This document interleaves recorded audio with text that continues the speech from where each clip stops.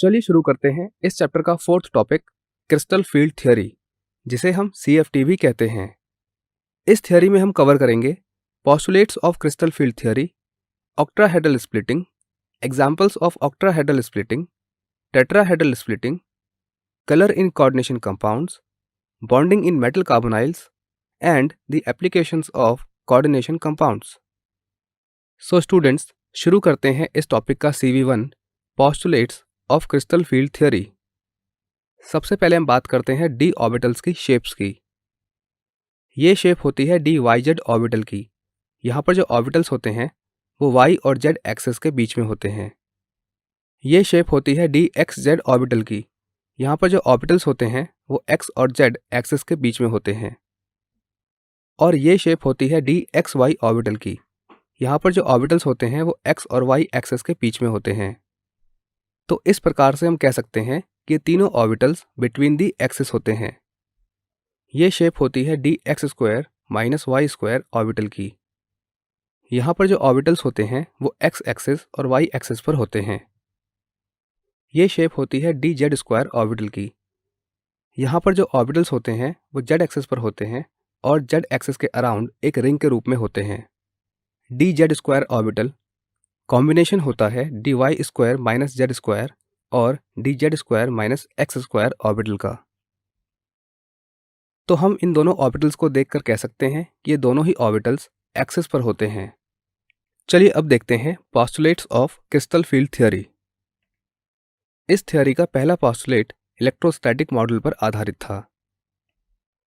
इसके अकॉर्डिंग ये बताया गया था कि जो मेटल होता है और जो लिगेंड होता है उनके बीच में जो बॉन्ड होता है वो आयनिक बॉन्ड होता है ड्यू टू इलेक्ट्रोस्टैटिक अट्रैक्शन।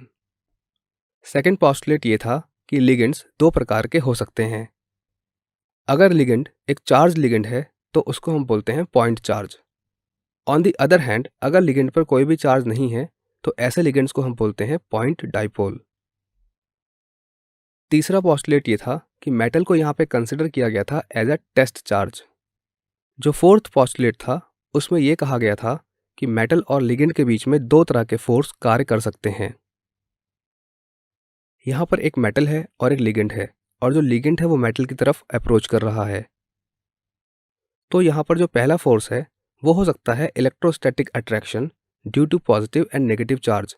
इसका मतलब ये है कि अगर मेटल पॉजिटिवली चार्ज है और लिगेंड पर नेगेटिव चार्ज है तब यहाँ पर इलेक्ट्रोस्टैटिक फोर्स कार्य करेगा। जो दूसरा फोर्स होगा वो होगा electrostatic repulsion due two electron present in metal and ligand. तो अब हम यहाँ पर कंक्लूड कर सकते हैं कि मेटल और लिगेंड दोनों का चार्ज अपोजिट है, इसलिए मेटल और लिगेंड के बीच में इलेक्ट्रोस्टैटिक अट्रैक्शन कार्य करेगा। ऑन दी अदर हैंड, जब लिगेंड मेटल की तरफ अप्रोच करेगा तो मेटल के इलेक्ट्रॉन्स और लिगेंड के इलेक्ट्रॉन्स में रिपल्शन होगा, जिसकी वजह से इलेक्ट्रोस्टैटिक रिपल्शन क्रिएट होगा। और इस तरह से लिगेंड फील्ड की वजह से energy of d orbitals of the metal increase हो जाती है। तो चलिए देखते हैं कि d ऑर्बिटल्स की एनर्जी इंक्रीज कैसे हो जाती है। यहाँ पर हमारे पास एक फ्री मेटल या मेटल आयन है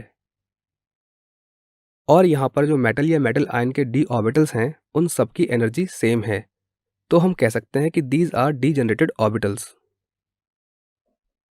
बट अगर इस मेटल या मेटल आयन के चारों तरफ लिगेंड्स आ जाएंगे और उनका सिमेट्रिकल अरेंजमेंट होगा, या हम कह सकते हैं कि मेटल के चारों तरफ अगर सिमेट्रिकल फील्ड ऑफ लिगेंड्स हो, इस केस में भी जो मेटल के d ऑर्बिटल्स हैं वो डिजनरेट ही रहेंगे, बट सभी d ऑर्बिटल्स की एनर्जी पहले से ज़्यादा हो जाएगी। तो इस प्रकार से लिगेंड फील्ड की वजह से मेटल या मेटल आयन के d ऑर्बिटल्स की जो एनर्जी होती है वो इंक्रीज हो जाती है। चलिए अब ऑक्ट्राहेड्रल केस की बात करते हैं।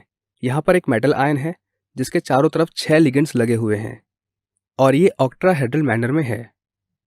तो इस केस में क्या होता है कि जो DX² - Y² और DZ² ऑर्बिटल्स हैं इनकी एनर्जी हाई हो जाती है as compare to DXZ, DYZ और DXY ऑर्बिटल से।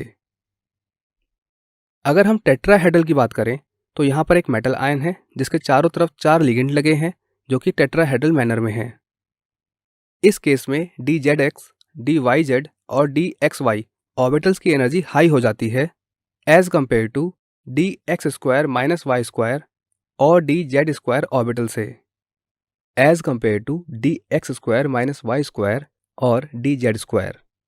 अब यहाँ पे हम ये कंक्लूड कर सकते हैं कि अगर हम ऑक्ट्राहेड्रल का केस देखें तो वहाँ पर डी ऑर्बिटल की स्प्लिटिंग हो जाती है, उसके 2 ऑर्बिटल्स की एनर्जी हाई हो जाती है जबकि 3 ऑर्बिटल्स की लो। ऑन दी अदर हैंड अगर हम टेट्राहेड्रल का केस देखें तो वहाँ पर भी डी ऑर्बिटल स्प्लिट हो जाता है जिसमें 3 ऑर्बिटल्स हायर एनर्जी पे चले जाते हैं जबकि 2 ऑर्बिटल्स की एनर्जी लो होती है। जब यहाँ पर हम ये कंक्लूड कर सकते हैं कि ऑक्ट्राहेड्रल के केस में जो ऑर्बिटल्स एक्सिस पर होते हैं उनकी एनर्जी इंक्रीज हो जाती है और जो ऑर्बिटल्स बिटवीन द एक्सिस होते हैं उनकी एनर्जी लो हो जाती है। On the other hand tetrahedral के केस में उल्टा होता है। टेट्राहेड्रल के केस में जब डी ऑर्बिटल स्प्लिट होता है तब जो ऑर्बिटल बिटवीन द एक्सिस होते हैं उनकी एनर्जी हाई हो जाती है और जो ऑर्बिटल्स ऑन द एक्सिस होते हैं उनकी एनर्जी लो हो जाती है।